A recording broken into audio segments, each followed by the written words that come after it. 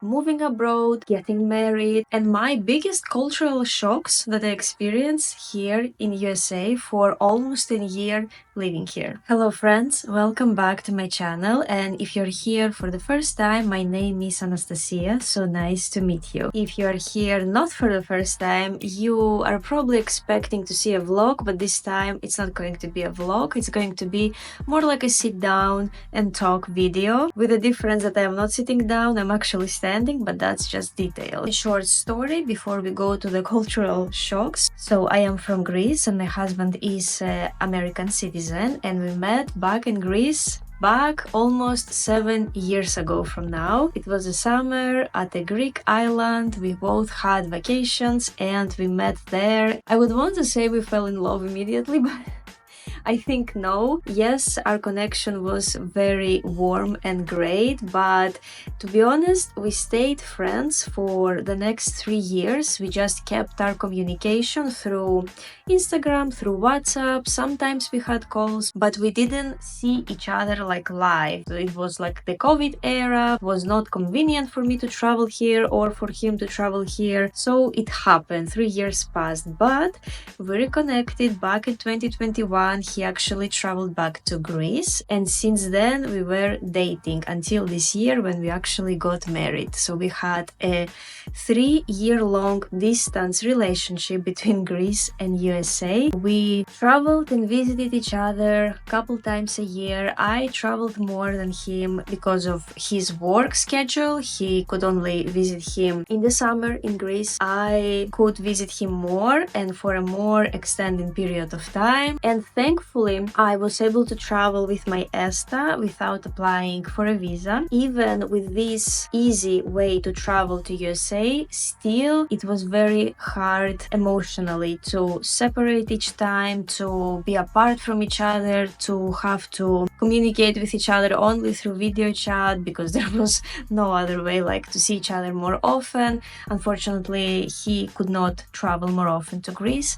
And it was a really hard time, and now that I think about it, it feels like far away now. It feels like this step of my life happened.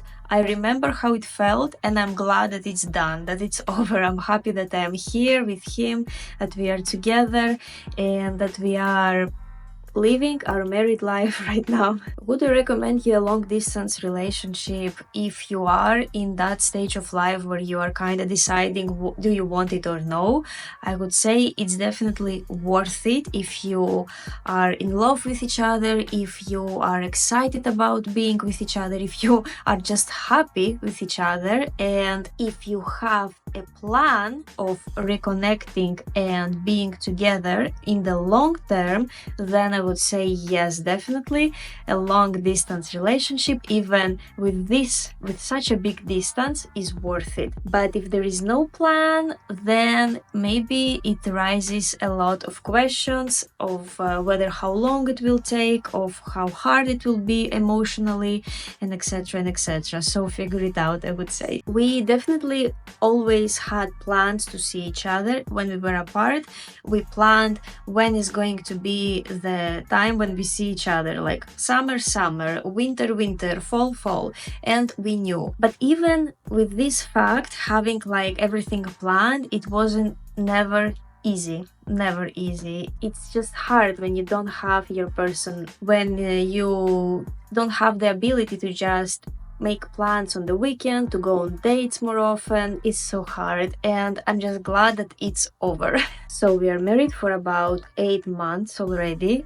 It feels like it's much less, I don't know, it feels like the time just flew. It is already a big step in my life, like being married. I was never married before, so it is already something huge that is happening. I'm living with somebody. I never used to live with somebody else in my previous relationship, so this is like in double something new. To add to all that, also I live in another country, and I don't want to complain, I don't want to seem like I am negative or something like that. It is just my experience and how I approach it, and maybe it will help somebody who is maybe in a similar stage of their life. And despite the fact that all these changes are positive, definitely, but despite that fact, it is a huge change that definitely affected and still affects my emotional state and mental state,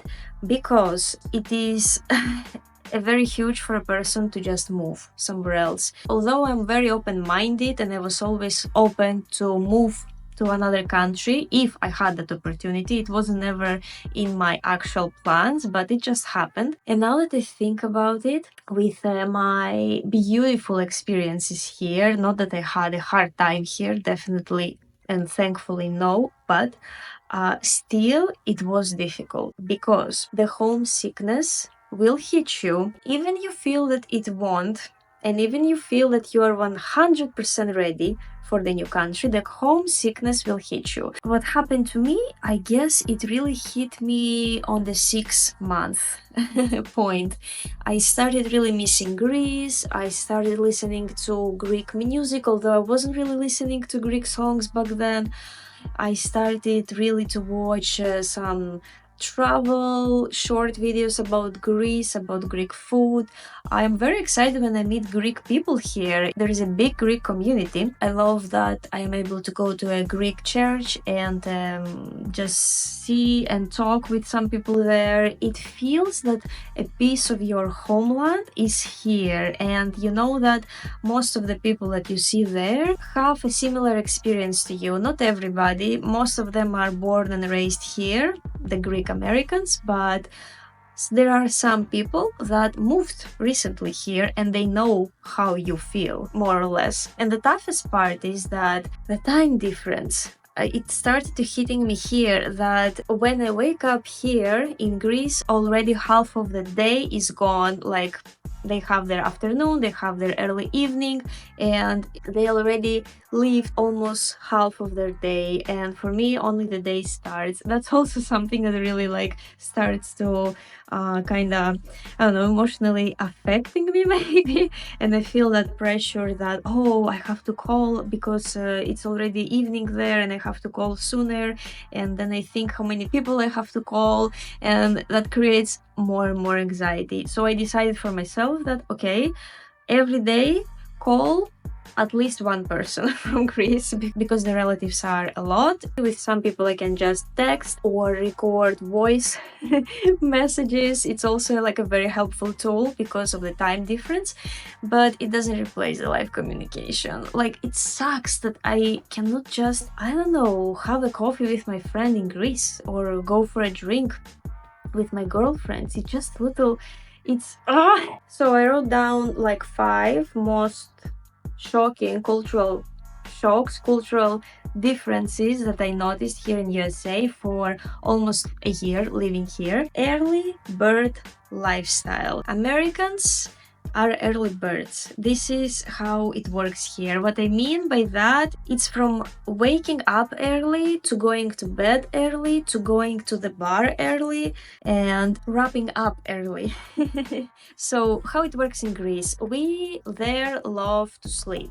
We are more of a night owls there. At least that was my lifestyle there, and most of my friends. Yes, we have jobs where we have to appear early in the morning, like 8 o'clock, 8:30. We have the classic 9 to 5, of course, and people wake up early to go to their work, to school, to university and all that. But we have the late night out lifestyle. If you want to go to a club, you will have to start leaving your house at 11 p.m. because the club opens at midnight or sometimes 11, sometimes 11:30, and you party until 3, 4 or 5 in the morning, especially in summer months. 5 in the morning is normal. What about bars and something more casual? Yes, people go out early, but 9, 10, but people don't go out at 7 or 8. Yes, you will see some people doing that, but it's not what most people do, because it's just common there. We tend to wrap up with work, then go have our lunch or dinner, and maybe we hit the gym, maybe we run some errands, maybe we just want to chill, and then we go out like 9 or 10 p.m. But here it's a little different, actually much different. I've seen a lot of people going out at 7 p.m. to start their night out, and people wrap up early, like at midnight, maybe 1 a.m. Most of the bars and clubs here close at 2 a.m. or 3 a.m. sometimes, but mostly 2. So, and the best time to be out is like 11 or midnight, but not later than that. And that was something that shocked me initially, but then I realized that maybe I prefer that, because you don't have to be up until 5 a.m. No, really, you don't, especially when you are almost 30 or almost 40. You don't need that anymore. Also, Americans eat lunch early or eat dinner early. For example, their lunch can be at noon. It is when lunch starts, and it can be until 3 p.m. or 4 p.m. Some Americans eat their dinner already at 4 p.m. or 5 p.m. But the most common is, I think, between 5:30 and 7. They eat their dinner, and then they're either resting for the night, or maybe they will have a drink and wrap up around 10. Cultural shock number 2. People in America are more financially educated, I feel, and they start learning more about their finances and savings at early age, and that's very, very good. I don't know about schools and school programs, if they are taught about finances there. I don't know that, but it depends also from family to family. I don't feel that that was the case in Greece up to the recent times. Maybe now the young generation is more concerned about that and they really save, but most of the times people live from salary to salary. I'm not saying that this doesn't happen in USA. Definitely, there are so many people here, so many states, so many life stories. It literally depends on the situation. There are a lot of financial vehicles here, like 401k, which you have usually through your employer, and basically this is for your retirement. They take a portion of your salary and they put it to 401k, I think, and this goes to your retirement. This is separate from the social security that people get in their retirement. There is something that is called Roth IRA, that is also a financial vehicle to save and invest money, and I think you don't have to pay tax unless you withdraw the money. So it's good, you can have your money grow without paying taxes, in condition that you leave them there in that vehicle. So it's all interesting, and it creates me a lot of anxiety knowing that I will start only now my saving journey and investing journey. Comparing to some Americans that are 20 years old. I am 30 almost, but okay, I just moved here, so it's fine. And I think here I would like to add also that the Americans tend to marry earlier than Greeks. They can marry, yes, in their 30s, and it's common age to marry in Greece too, in your late 30s. I think more than in early 30s, like after 35, 37, 38, it's like the time to get married in Greece and have children. Here in the USA, yes, there are some people at young age that get married, maybe after university, maybe after high school. I have heard stories like that too, and it's more common than in Greece. In Greece, we don't think about marriage in our 20s and in our early 30s also. People buy a house at an early age here. It is easier here if you're having job with like a average salary. If you have some savings, it's easier here to put the down payment and to just get a mortgage and start like repaying your mortgage until whenever it is. It feels that it's much easier here, not necessarily to pay off your mortgage, but to get a house. I hear that most people own their homes. Yes, they have a mortgage, but they own. In Greece, we tend to live with our parents most of our 20s. Some people are able to rent in their 20s. Definitely not buy, just rent. It's tough if you're renting in Greece, you are living from salary to salary if you rent there. It's not that easy. Maybe there are some minorities that can afford that. Maybe some people more wealthier can buy an apartment or a house there, mostly apartments, but the majority of people know. So yes, we stay with our parents until our 30s, and then I guess people save up more and they are able to rent, and then they get married, and then when you get married, it's a little easier to start thinking about purchasing a house in Greece. But here, a lot of single people own a house. It's something common, and it may seem a little weird to people when you say that you don't own a house and you are like in your mid-30s maybe. It feels that not necessarily people judge you, but they think, oh, you didn't save, or you didn't like why you're not thinking about that. Like, it's a very common thing. Third shocking thing that I learned here is that education and medical care are not free, like in Greece. In Greece, we can go to university for free. Yes, we have to pass like an exam before getting there. It's like the SATs, if I am saying that correct. Here, you have to study to get in the university, but you don't have to pay for it. There are some private institutions and private schools and all that, but if you want to go to university and get a university degree, you don't have to pay. And medical care, yes, there are hospitals, private and private doctors, there is all that there, but you can have free medical care there. If something happens to you, you can easily go to the hospital and you will not be charged. Birthday culture and fast food. I will explain why I put them together. Starting with the birthday culture, whenever a person has a birthday, it's common here to go out with your friends, and if you do that, then your friends are buying you drinks, and not the opposite like it happens in Greece. Here, if you go out with your friends, for example, you do a bar hopping, you don't have to treat your friends. The opposite, they are treating you and buying you drinks, and in this case, they don't have to bring you like a birthday gift.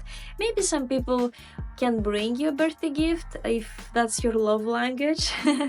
But I noticed that it's not necessary. How it happens in Greece, it's the opposite. You go with your group of friends to a bar. Usually it's just one bar and not bar hopping, because we like just to sit at one place for a lot of hours. And you treat your friends if you have your birthday. Maybe it will sound a little unfair, but it works like that. And usually it's like the first round of drinks. And if somebody wants to have more, then they pay for their own. Or if you go for a dinner, you treat your friends for the dinner. And then, yes, it's common for your friends to bring you something as a gift, like to celebrate your birthday, because you're treating them. It's very common at the workplace to bring some type of desserts or chocolates or any type of sweets to treat your colleagues at your workplace if you have a birthday, or if you have a name day. This is a big thing in Greece also. We have a lot of names after saints, and the name days are like a big thing there. So if you have a name day, you are also treating your friends and family. And at schools, you can bring also like a cake, or you can bring like desserts to treat your friends at school. Fast food. Oh my god, fast food is everywhere here. There are so many drive-throughs because people tend to drive more than walk here. There is no such thing as walk culture here. So people, especially in the suburbs, you drive and you can see 10 different fast food places. McDonald's, Chick-fil-A, Popeyes, what else I learned recently, Chili's, Arby's, Chipotle or Qdoba, or pizza places or cheesesteak places. It's very common thing here in Pennsylvania or Philadelphia. I think mostly Philadelphia and around Pennsylvania, if I'm correct. So you can have fast food very easily here. In Greece, yes, we have fast food, we have McDonald's, we have some Greek chains, but we don't have as many, and they are not everywhere. They're definitely not everywhere, and to me, yes, it was always like a treat. It was something very, very nice and very rare to have like a burger and fries and a soda.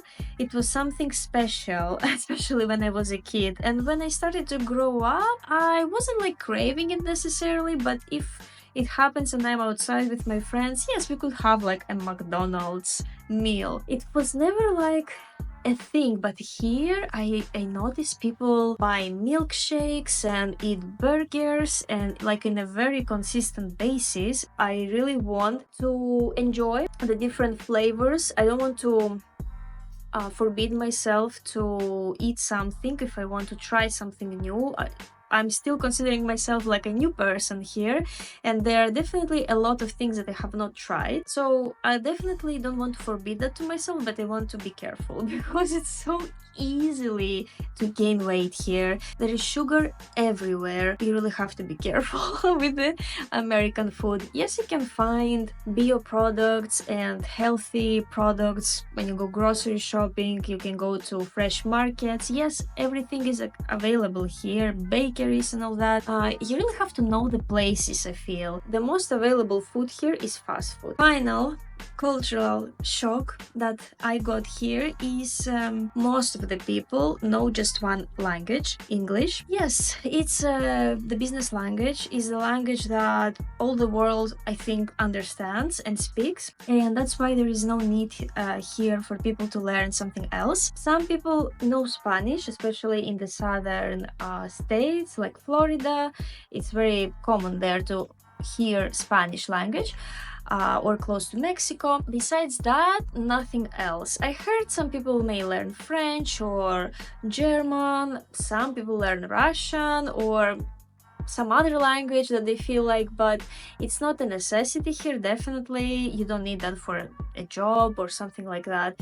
Only if it has to do with some Spanish speaking people, then yes, you have to know Spanish, I guess. The difference in Greece is that we have to learn English, and we do that since an early age. I did go to English private school, and I took like a lot of years of learning English. I got all my degrees. I'm proficient in English. We do that because it's a very touristic country, and it's important to know English for most of the jobs in Greece. It's very common to have people from around the world coming to Greece, and you feel that you owe that to them, I guess, at some point, to just be able to speak to them and help them out and to offer a service. If you are in the service industry, it's important for us to know English. I know that it's different in countries like France, Italy, Spain.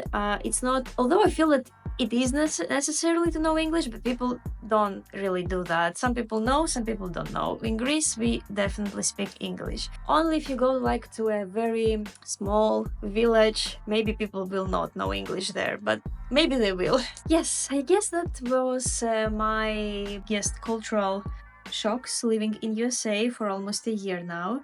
Let me know which one was your favorite, and also let me know if you are also new here in United States and you're experiencing your immigration journey, how it is for you, how you're adjusting, what you find like annoying here and what you actually enjoy here. Let me know. It's so interesting to talk about this stuff. And if you want more videos like that, please let me know also in the comments. Give me a like, a comment, and also don't forget to follow me on Instagram, on TikTok, and they are all linked down below, and subscribe to this channel, please. And until the next time, see you soon.